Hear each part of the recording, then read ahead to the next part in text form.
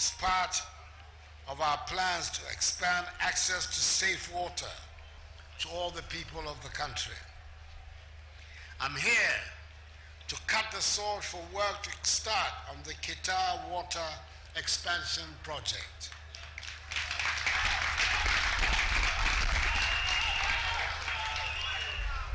As you can well imagine, it is a happy event for me because I'm able to deliver on one of the major promises we made in seeking the mandate of the people of Ghana to provide water for all.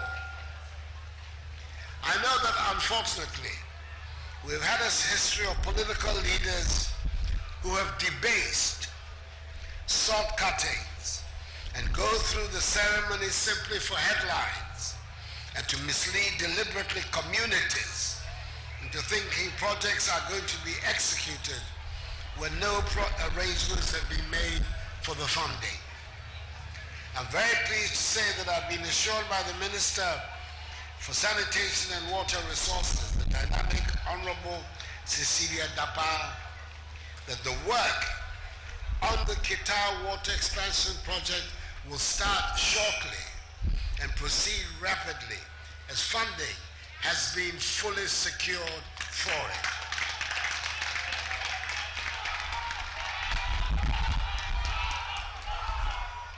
In the same vein, feasibility studies by German consultants of the Keta harbor are due to be completed soon, which will enable its construction to begin early next year. To this end, I've already issued an executive instrument of the 1st of October 2018, demarcating the lands that will constitute the harbor zone. This will be a major project which will open up the southern part of the region for accelerated growth and will create thousands and thousands of jobs. Earlier in the year, before the onset of the pandemic, I toured the Volta region, just as I have been doing annually to all regions in the country. I am back again, and I'm glad to have this opportunity to come and pay homage to Togbe Sri III, the Awamafia of the Anlo state, a traditional ruler I respect highly and whose people are very dear to me. Now that I'm here at the home of one of the most hallowed stools of our history, the ancient seat of government of the valiant, redoubtable Anlo people, I believe I'm duty-bound to address a few matters that have come up recently that concern this government and the Volta region. Indeed, I cannot imagine a more suitable venue. I, like everybody else, heard about the uproar that greeted the recent deployment of military personnel along the borders of our country, including the Volta region. The Minister for Defense and other ministers gave what sounded to me like detailed and clear explanations about the situation. Unfortunately, the situations did not appear to have satisfied some people, not least, I suspect, because of the mischief that is so easily generated by some elements of social media, and also because of the season we are in and the determination of some people to stir up ethnic sentiments in the hope of reaping some political advantage. The lingering anxieties about the deployment led to a delegation of chiefs from the Volta Regional House of Chiefs, led by its president, coming to see me at Jubilee House on what I believe some people have termed, quote, the military invasion of the Volta region, unquote. We had what I consider to be frank and mutually respectful discussions. And after 2.5 hours, I suggested to them that I would set up a committee composed of members from both sides to interrogate further the matters they had brought so we can have a satisfactory resolution. In other words, these confidential discussions were not completed. And as I waited to get the names of the 3 nominees from the eminent chiefs, some members of the delegation started making public statements about what they said had taken place at the meeting. It serves little purpose at this stage to offer different accounts of what took place. Suffice it to say, I am going to go ahead if the chiefs are still prepared to submit their 3 nominees, as was agreed, to constitute this committee to resolve quickly all the issues and reassure everybody.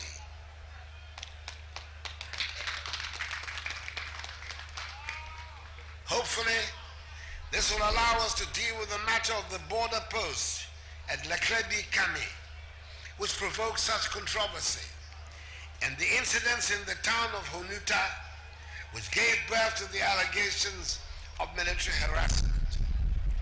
Corrective measures, if called for, will be instituted. Togwisri, Togbeo, Mamao, distinguished ladies and gentlemen, let me spell out clearly again, for the benefit of all of us, that the Volta region was not singled out for any special military operation, and there was certainly no political or ethnic agenda.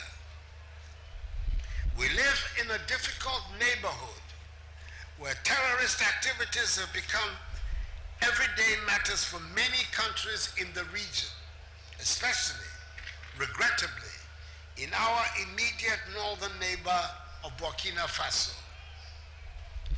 That we have so far been spared the ravages of the terrorists is the result of the hard work and constant vigilance of our security services and the grace of the Almighty.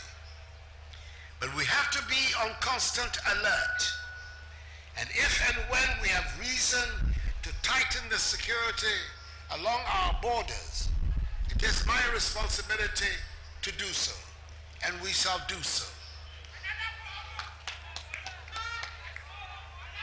It needs no repeating that we are in the midst of a pandemic and our borders are closed and have been closed since March to keep out imported COVID-19 cases.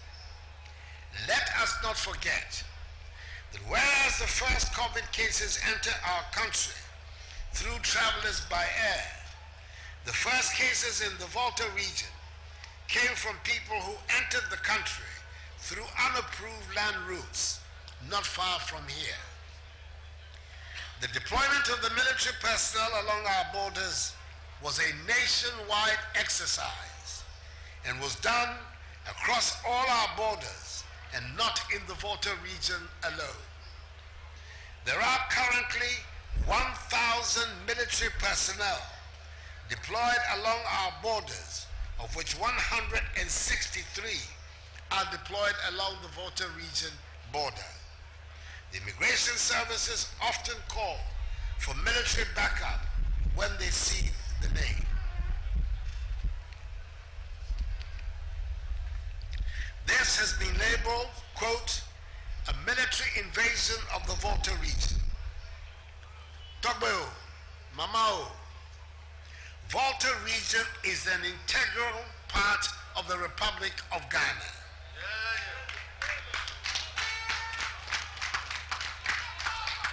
And military deployments in the region cannot be described as an invasion. Some elements of social media went into a frenzy, mostly with old videos taken in Accra and other parts of the world, being passed off as residents of the Volta region, being brutalized by soldiers. This has been escalated into accusations of ethnic cleansing, and the government that I lead has been labeled as tribalist. While social media is a useful tool for information sharing, it can also be and has been used to magnify small incidents, place pictures, videos, and voices out of context, or simply generate outright fabrications in order to stir up needless ethnic animosity among citizens who are otherwise living peacefully with one another. All who go into politics accept a certain amount of defamation as coming with the territory. But I urge all of us to pause a while and think deeply before we cross all the red lines of decency and humanity and dissolve the links that bind us together as Ghanaians. In any political entity, the easiest way to tell if people are being discriminated against by a government would be to look out for how the national cake is shared. On that score, the sharing of the national cake, this government has been exceptional. We have spread development projects equitably, and areas that have not seen or felt the presence of government in 60 years of independence are witnessing some development today. I dare say this area has done quite well under this government. After years of demanding, an Anlo district has been created and a new assembly complex is being constructed. There are numerous GET fund projects scattered all over Anloga, and Keta's SHSs is one which I am due to commission today. Important to me are two TVET projects, which the Volta Regional Minister has described as massive in the Anlo district alone, one of which I shall be inspecting at Atoko. There is the Keta Landing Beach project, construction of which commences in September. And of course, that which has brought me here today, the 85 million euro facility for the Keta water supply rehabilitation and expansion project. And as I said earlier, the Keta Harbor project is very much on the horizon, and God willing, I'll be back here to cut the sword for the commencement of construction.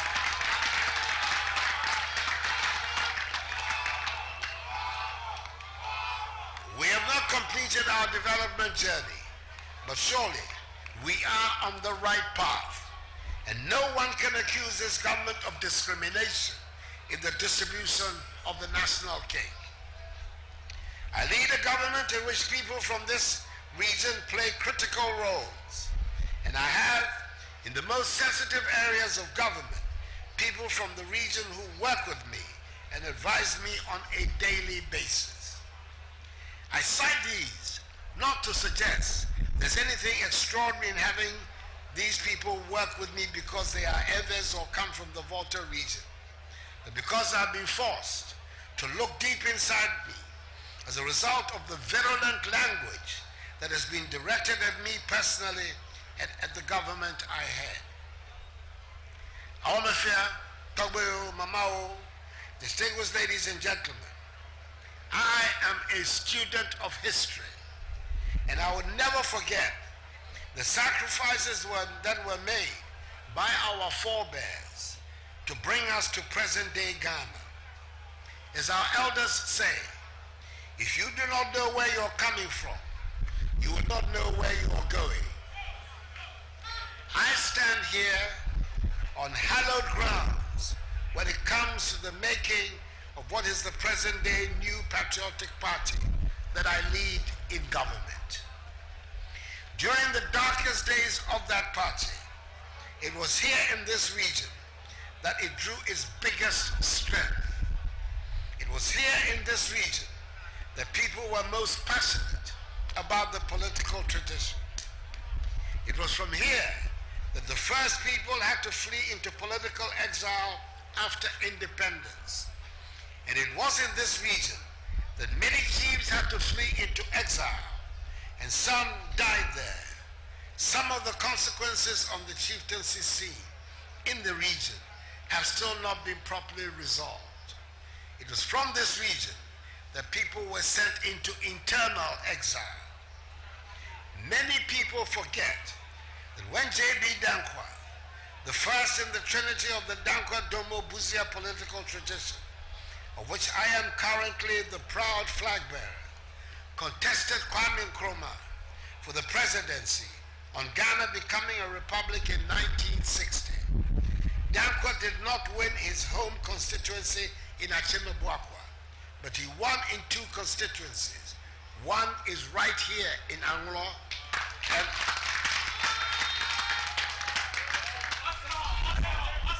and the other is Ho West. Even there was a little tribal brittle bone within my maker, which there is not. I would not choose the Volta region as a target. History will not allow me. We sing our formal national anthem, God bless our homeland Ghana, and the informal one, Mia Denyiba Lolo La.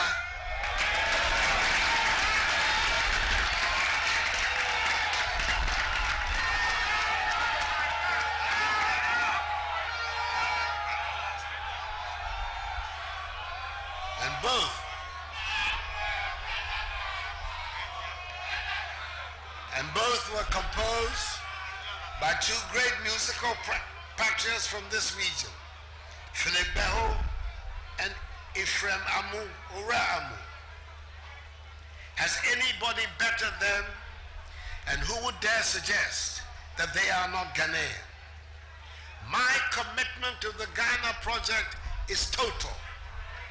The enemy we face is bad governance and poverty, and that is what I've spent my energy trying to defeat. It is a battle we can only win if we stick together and pull in the same direction, even if we have different perspectives. I am convinced that we are set on the correct course, and I ask for your support to let us continue in peace with the transformation of Ghana. I assure you that I will do whatever it takes to ensure that the 7th December elections are free, fair, peaceful, and transparent.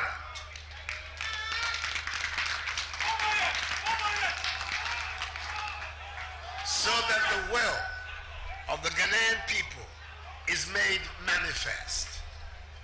I'm here also to get a private briefing from Togbe Sri III on the sensitive task he's performing for all of us in trying to bring peace to Bimbila. As I'm sure you know, Togbe has graciously accepted to serve as the sole mediator in the Bimbila chieftaincy crisis. I'm grateful for what he has done so far, and I pray that he gets to a successful end. I would, in conclusion, thank the traditional rulers of this country, including the Awamafia and Togwio Mamao, for their cooperation and support in the battle against COVID-19. They have been invaluable allies in government's attempt to enforce adherence by our people to the COVID-19 protocols, which are the most effective shields against the spread of the virus. Omafia, Togweo, Mamao, distinguished ladies and gentlemen, I'm glad to be here during the Agala and Bolu season. That is the crab and prawn season to the uninitiated. And I intend to enjoy the famous cuisine of the Anlo people. And I thank you for the donation, Togwe, of 4 more for Nana.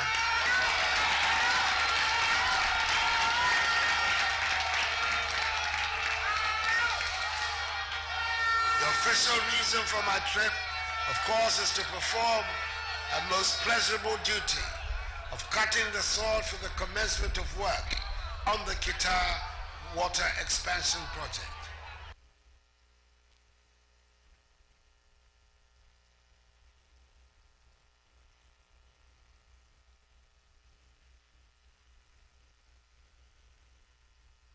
Over the last few weeks, I've been crisscrossing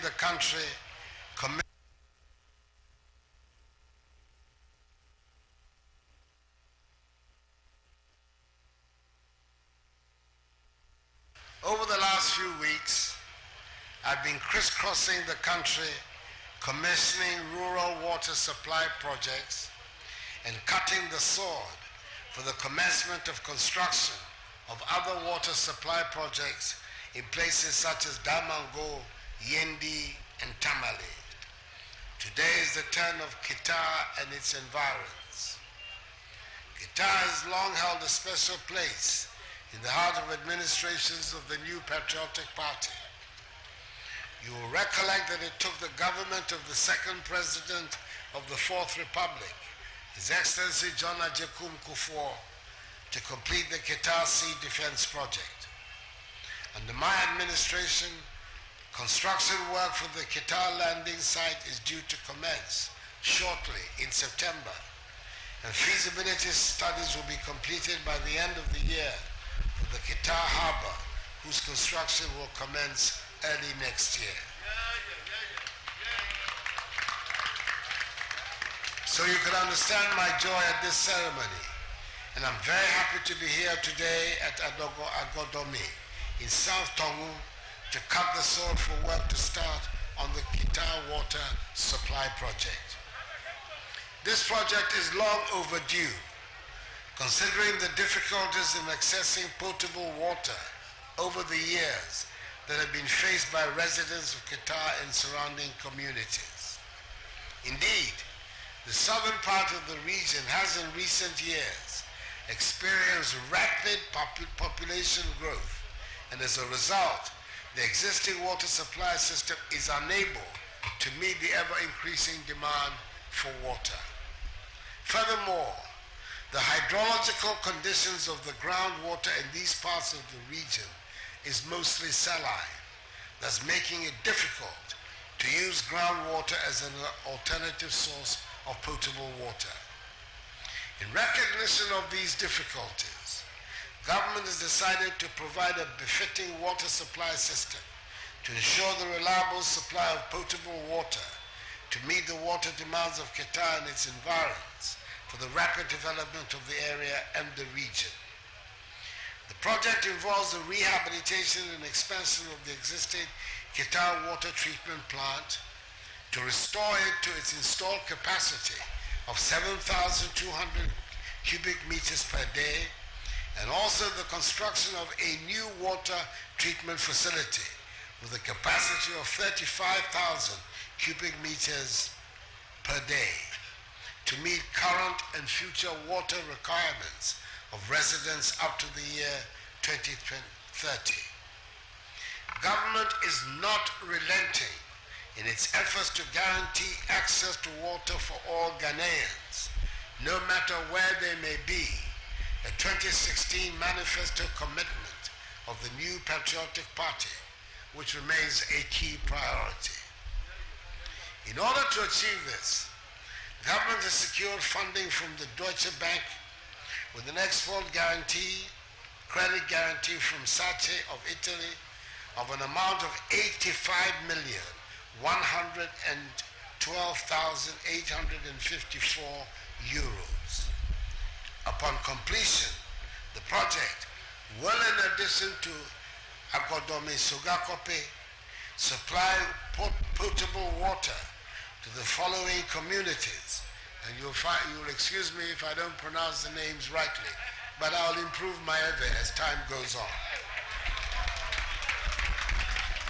Boje, Botami, Vume, Tefle, Sokwai, Dabla Johnson, Tregi, Badaji, Haveji, Ajato, Swipe, Aduto, Hovi Ameji, Deva Godo, Hovi Kokroko, Salo, Galo, Agotwe, Belu, Lolito, Floto, Lotami, Newtown, Abativi, Bordui, Alakle, Koji, Fiaho, Atito, Genui, Azanu, Bomigo, Tumu, Anyanui, Atitati, Jita, Atoko, Woti, Srogbe, Amoga, Wei, Tegbe, Ofia Fedome, Voja, Keta, Keji, Nukwesekope, and surrounding village.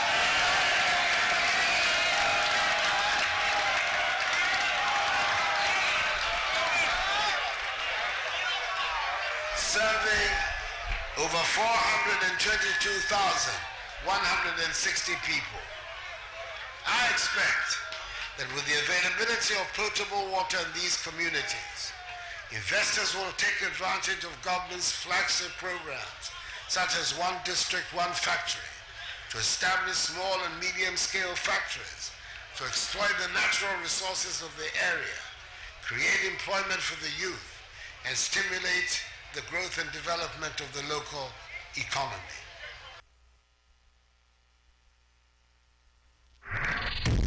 This is 5 Radio. Thanks for listening.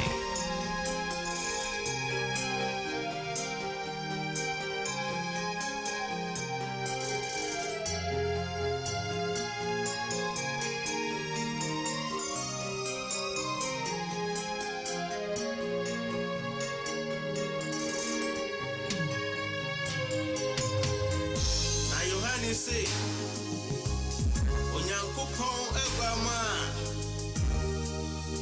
Oyiri ase body no nie, Niana efin anenke kan bia ni no no,